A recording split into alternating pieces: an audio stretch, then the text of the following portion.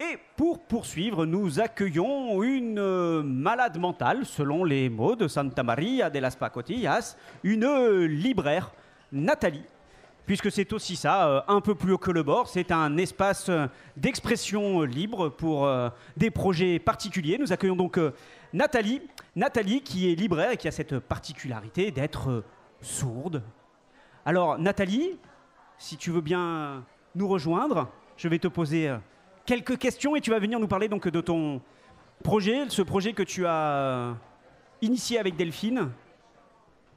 Un projet de librairie qui s'appelle Louis Lire. J'explique rapidement donc, quel est mon projet.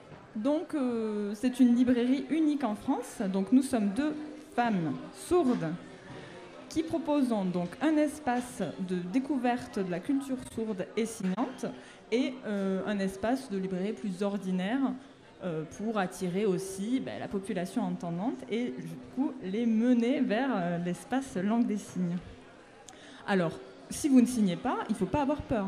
Bien sûr, nous sommes donc sourdes, nous signons, mais on peut aussi communiquer par tout un tas d'autres moyens, que ce soit la lecture labiale ou pas. Voilà, après, c'est pas la peine d'attendre non plus le monde utopique décrit tout à l'heure par Delphi.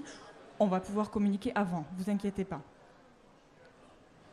Donc, j'ai réfléchi donc à un angle à aborder aujourd'hui en lien avec TPS, bien sûr, Toulouse Polar du Sud. Et j'ai réfléchi donc aux personnages sourds présents dans la littérature policière. Alors que ce soit des personnages principaux ou secondaires.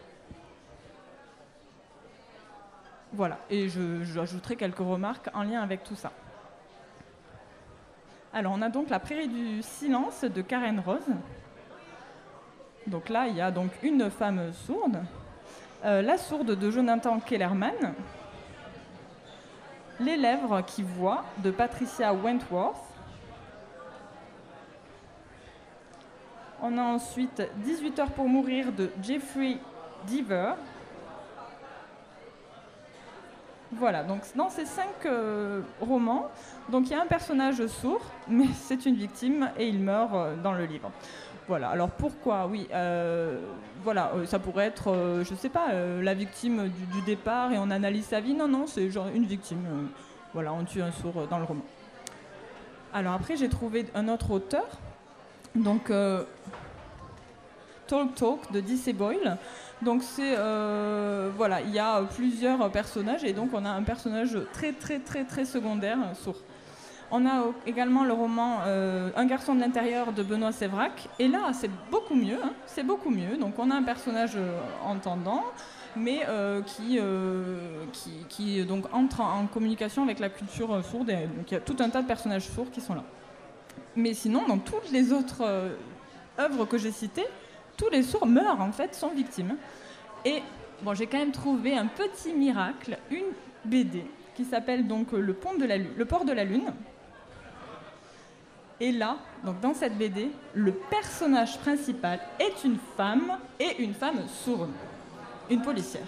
Elle fait donc son enquête, elle réussit à résoudre le mystère. Donc là, je tenais à rendre hommage à cet auteur. Voilà, donc là, on a tout un tas d'auteurs qui sont à côté. Donc je vous donne l'idée, ça serait pas mal d'avoir un personnage sourd dans un de vos polars, non? Voilà. Allez, vous vous lancez, l'année prochaine, je reviens vérifier. Merci beaucoup.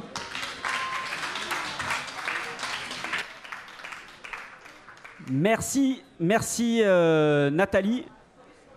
Alors Nathalie, comme juste une précision, pourrais-tu nous dire où nous pouvons trouver tous ces ouvrages dont tu nous as parlé? L'adresse par exemple de la librairie où tu travailles? Enfin la librairie que tu as créée d'ailleurs avec Delphine, que nous puissions nous y rendre et découvrir tous les livres que vous avez à nous proposer. Alors oui, j'aurais dû le dire dès le départ. Donc la librairie a ouvert donc très récemment au mois d'août et on a vraiment un lieu idéal. On est à 2 minutes du Capitole, au numéro 5 de la rue Gambetta. Voilà, voilà, vous aurez cet accueil en langue des signes et on pourra vous montrer donc tous les romans dont on vient de parler. Merci beaucoup, dit Chrysostome. Merci. Merci beaucoup Nathalie. Et bien, donc, je relais encore le défi lancé à tous les auteurs qui se trouvent sur leur stand à Toulouse Polar du Sud. au premier ou à la première qui écrira un roman, un polar, un roman noir, une enquête policière dont le personnage principal ou la personnage principale sera sourd ou sourde.